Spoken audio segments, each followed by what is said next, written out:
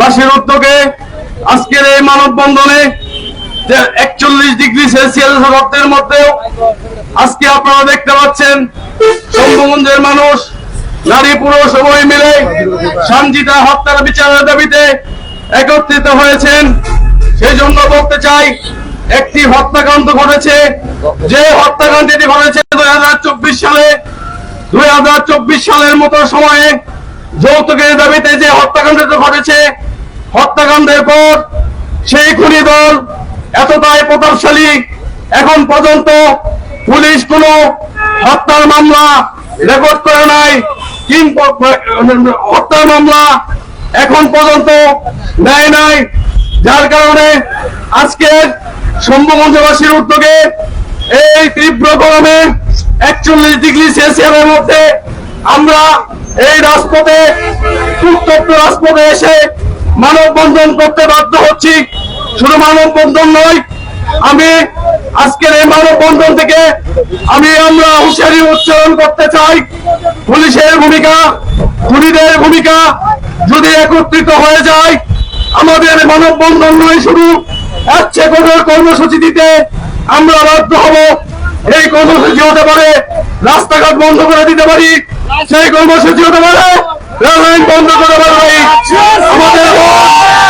আমাদের সঞ্জিতা হত্যার বিচার করতে হবে, খুনিদের দৃষ্টান্তমূলক শাস্তি, একমাত্র দৃষ্টান্তমূলক শাস্তি, ফাঁসি ছাড়া বিকল্প কিছু নাই। ফাঁসিতে ঝুলিয়ে মৃত্যুদণ্ড কার্যকর করতে হবে। সেই বলে আমি আমার বক্তব্য শেষ করছি। ধন্যবাদ সবাইকে। আসসালামু আলাইকুম। ধন্যবাদ। এই পর্যায়ে আলোচনা করবেন ময়মনসিংহ মহানগর ছাত্রলীগের সংগ্রামী যুগ্ম আহ্বায়ক মাজিদুল ইসলাম মবিন, তাকে আলোচনা করার জন্য আহ্বান করছি।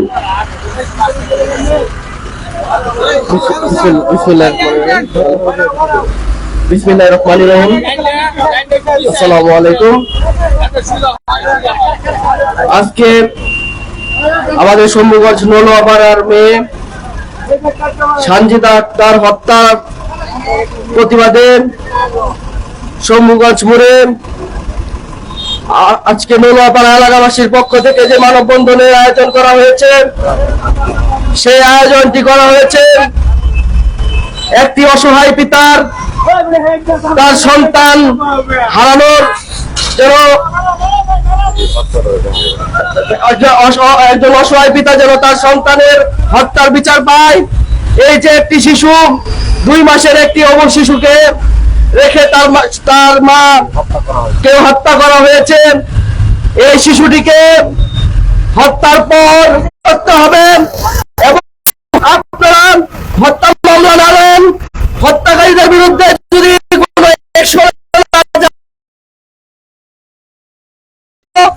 এই হুঁশিয়ারি দিয়ে আমি আমার বক্তব্য শেষ করছি। আসসালামু আলাইকুম। এই পর্যায়ে আলোচনা করবেন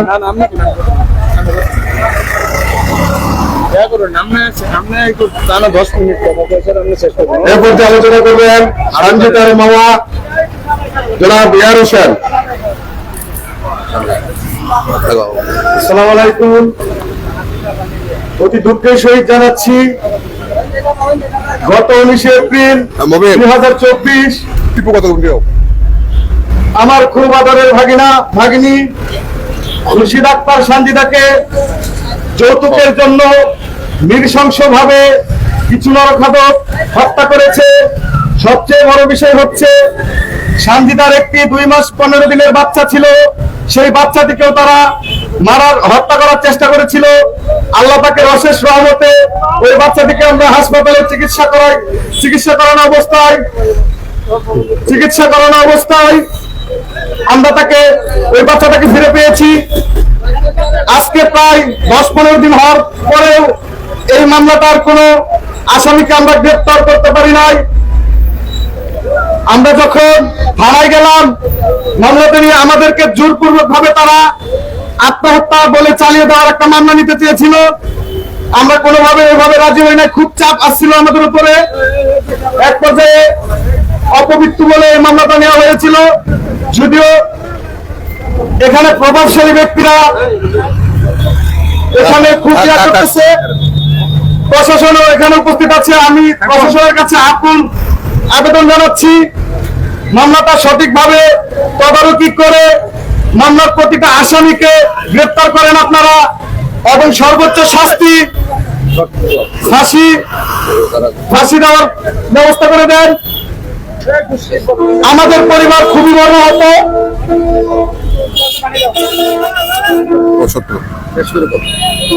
এরপর যে আলোচনা করবেন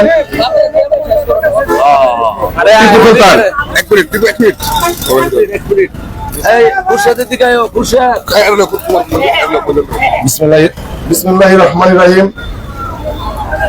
সানজিদা আক্তার স্বর্ণাকে হত্যার প্রতিবাদে আজকে আমরা শম্ভুগঞ্জ নোংরাপাড়ার উদ্যোগে আজকে আমরা সবাই মানববন্ধনে উপস্থিত হয়েছি।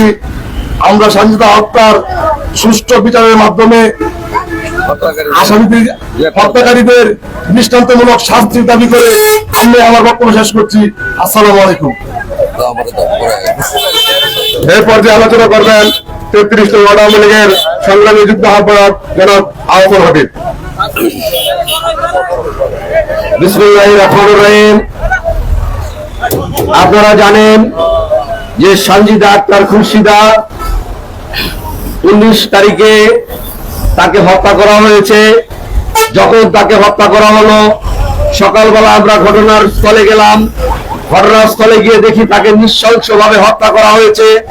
আমার মুঠোফোনের মাধ্যমে আমি প্রশাসনকে খবর দিলাম, তারাকান্দার ওসি সাহেব অজিত ভাইকে আমি খবর দিলাম যে আপনারা ঘটনাস্থলে আসুন, এসে এই হত্যাকাণ্ড ঘটিয়েছে তার ব্যবস্থা গ্রহণ করুন।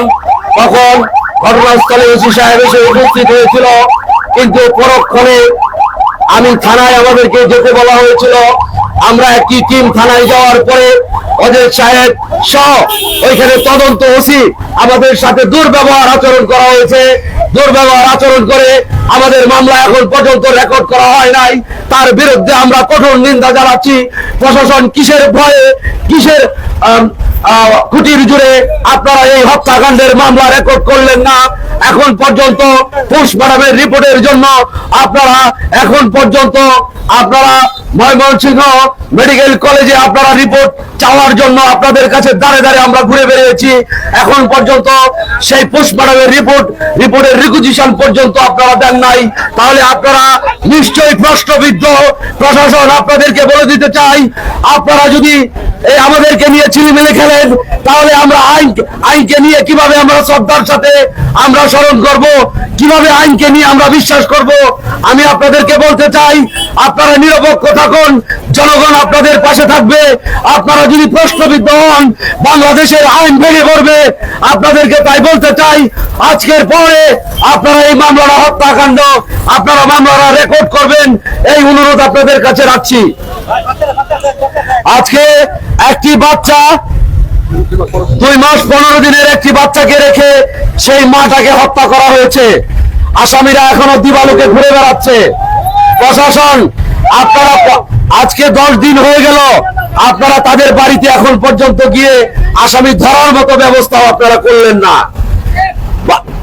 আজকে যে মেয়েটি হত্যা হয়েছে তার বাবা আমার পাশে, তাকে সান্ত্বনাবোধ পর্যন্ত প্রশাসন থেকে দেওয়া হয় নাই। আমরা এই মানববন্ধনের মাধ্যমে এটার কঠোর নিন্দা জানাই। সাংবাদিক ভাইরা, প্রিন্ট মিডিয়া ভাইরা, আপনারা জনগণের বন্ধু, আপনাদের কলম দিয়ে অনেক কিছু হয়, প্রশাসনের তরফ পর্যন্ত লড়ে যায়। আপনাদেরকে উদাত্ত আহ্বান রাখবো, আপনারা এই একটি অসহায় বাপ, এই সন্তানের কথা আপনারাই আপনাদের কলম দিয়ে লিখবেন। এই আপনাদের কলমের লেখার মাধ্যমে যদি আমরা সঠিক বিচার পাই, প্রশাসনের কাছ থেকে আমরা বিচার পাবো না। তাই আপনাদেরকে একটি আহ্বান জানাই, আপনারা সাংবাদিক ভাইরা, আপনাদেরকে অনেক আমরা বিশ্বাস করে আজকে আপনাদেরকে অনুরোধ জানাচ্ছি, আপনারা এই আজকের আমাদের এই খবরটি পত্রিকায়, প্রিন্ট মিডিয়ায় আপনারা নিউজ ছাপাবেন। এরপরে যদি কোনো কিছু না হয়, আপনাদেরকে নিয়ে আমরা এই শম্ভুগঞ্জ মোড় আমরা অবরোধ করব। আমরা শম্ভুগঞ্জ মোড়ে গাড়ি বন্ধ করে দেব।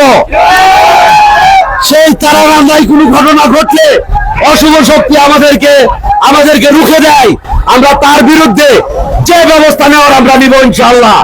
তাই আমি আমার বক্তব্য শেষ করছি। এখন বক্তব্য রাখবেন যার মেয়ে হত্যা হয়েছে তারই বাবা খুরশেদ আলম। খুরশেদ আলম।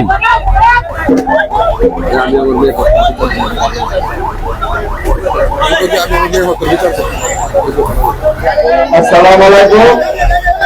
আমার একটা দাবি, আমার মেয়ে যত সুস্থ তদন্ত যাতে নেওয়া হয়, তার ভিতরে কোনো গুরুজি যাতে না আসে, তার বিরুদ্ধে দিয়ে হত্যাকে দিলে যারা আছে যিনারা তারা মারছেন তাদের যাতে ফাঁসি চাই। এই নিয়ে আমার বক্তব্য এখানে আমার শেষ করলাম। আসসালামু আলাইকুম। ধন্যবাদ এলাকাবাসীকে। আমরা সকলে সুশৃঙ্খলভাবে আজকের এই মানববন্ধনটি অনুষ্ঠিত জন্য এলাকাবাসীকে কৃতজ্ঞতা ধন্যবাদ জানাই। খুশিদের পক্ষ থেকে আজকের মতো মানববন্ধনটি এখানে সমাপ্তি ঘোষণা করা হলো।